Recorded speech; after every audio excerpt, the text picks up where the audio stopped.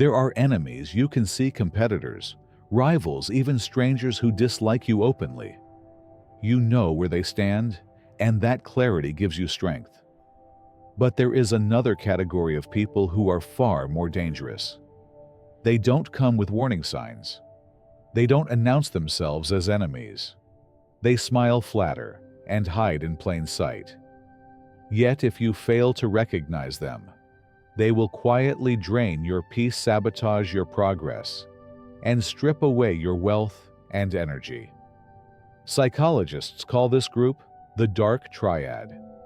These are not random flaws or small character weaknesses. They are deep-rooted personality structures built around manipulation, exploitation, and harm. These people can be lovers, friends, co-workers, or even family members. They do not fight you openly. They infect your life slowly until you no longer recognize yourself. The Stoics understood this long before modern psychology gave it a name. Marcus Aurelius reminded himself daily that he would encounter the deceitful, the arrogant, and the shameless. Epictetus warned that our freedom is stolen, not by force, but by those we allow to control our minds. And Seneca reminded us that misplaced trust is the shortest road to ruin. These philosophers did not waste time arguing with the unworthy. They recognized the signs, they withdrew their energy, and they walked away. That was their strength. In this video, we will uncover the three faces of the dark triad: the narcissist, the Machiavellian, and the psychopath. Each is dangerous in its own way. Each will test you differently. But once you see the pattern, you'll never be fooled again. Stay to the end, because the last one hits hardest. 1. The narcissist. The narcissist is like a person who cannot breathe unless someone else is clapping for them. They survive on admiration. To them, you are not a partner, a friend, or even a fellow human being. You are fuel. Psychologists call it narcissistic supply. Your attention, your praise, your validation. These are their oxygen tanks. And when you refuse to give it, they panic. At first, they seem magnetic. Their confidence draws you in. They flatter you, making you feel special. But soon, you notice a pattern. Everything comes back to them. Your success becomes a threat. Your boundaries become an insult. If you try to assert independence, they will punish you through guilt, through silent treatment, or by turning others against you. The Stoics would call this slavery of the soul. Marcus Aurelius wrote that the soul becomes dyed with the color of its thoughts. If your thoughts are chained to another person's opinion, you no longer live freely. That is the trap the narcissist sets. They want your sense of self to be colored by their approval. A real-life example: imagine a boss who praises you in public but belittles you in private. He needs you to shine, but only as long as he remains brighter. The moment you set a boundary, he frames you as disloyal. He plays the victim, twisting the narrative so others see you as cruel. This is the classic narcissistic punishment. The only way to win is not to play. Don't argue. Don't try to fix them.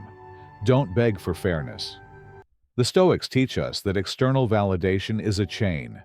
True peace is internal. Once you recognize that the narcissist cannot change because admiration is their drug, you reclaim your power by stepping away. That is the only victory.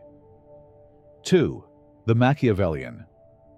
If the narcissist feeds on admiration, the Machiavellian thrives on control. Named after Niccolo Machiavelli, who wrote The Prince, these people see life as a chessboard. They smile, shake hands, and promise loyalty, but every word is a calculation. Their goal is not friendship, but advantage. Machiavellians use charm as camouflage. They listen carefully, not because they care, but because every detail can become a weapon later. They trade favors like currency. They plant half-truths, setting traps that unfold weeks later. They use secrets not to bond with you, but to bind you. To them, you are a pawn, and pawns are expendable. The Stoics warned us about people like this. Epictetus said, "When someone tries to harm you, remember it is not the act itself that hurts, but your judgment of it." Machiavellians rely on you reacting emotionally. If you panic, they win. If you retaliate recklessly, they've already moved 3 steps ahead. Picture a coworker who pretends to mentor you. He praises your work in front of others, but quietly takes credit with the boss. He offers you advice, but frames it so that if you fail, you look incompetent while he looks wise. Or think of a friend who confides in you deeply, then later uses your vulnerabilities as leverage. That is Machiavellian strategy in action, smiling while tightening the net. How do you protect yourself? By refusing to be bait. The Stoics believed that clarity is power.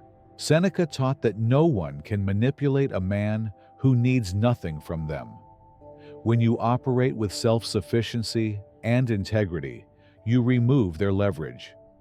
They cannot bribe you with favors, and they cannot trap you with fear. The Machiavellian thrives in shadows. Your defense is light clarity boundaries, and refusing to play their endless game of calculation. The moment you stop being a pawn, they lose interest. 3. The psychopath. The psychopath is the final and most dangerous face of the dark triad. Unlike the narcissist, who craves admiration, or the Machiavellian who schemes for control, the psychopath seeks one thing: thrill. They feel no empathy, no guilt, no remorse. To them, life is a stage, and people are toys. At first, they can seem exciting. Psychopaths often radiate charisma. They are daring, bold, willing to break rules others fear. But beneath the charm is emptiness. Where you have conscience, they have calculation. Where you feel pain for others, they feel nothing. This lack of empathy makes them reckless. They test limits constantly. If you forgive, once they escalate. If you forgive twice, they push further. A psychopath is like fire. It grows as long as it has fuel, and it will not stop until everything around it is consumed. Marcus Aurelius wrote, "The best revenge is not to be like your enemy." When you face a psychopath, this wisdom is crucial. They want you angry, reactive, and unbalanced. They thrive when you play their game. But when you remain calm, detached, and principled, you deny them their victory. Consider a partner who cheats repeatedly, not from weakness, but because the betrayal itself excites them. Or a friend who encourages you into reckless behavior, not because they care about fun, but because watching you stumble gives them pleasure. When you break, they feel nothing. That emptiness is their core. The Stoic answer is withdrawal, not negotiation, not confrontation, but removal. Epictetus compared toxic people to those infected with disease. Proximity is danger. A psychopath cannot be healed by your love, fixed by your patience, or transformed by your hope. The only way to protect yourself is to walk away before the fire spreads. The dark triad is not theory, it is reality. Narcissists, Machiavellians, and psychopaths walk among us every day. They are not rare. They hide in families, workplaces, friendships, and even romances. And the danger is not always obvious. At first, they can be charming, magnetic, even helpful. But slowly, the mask slips, and what is revealed is not a flawed human trying to do better, but a predator surviving at your expense. The Stoics remind us that life is too short to waste on the unworthy.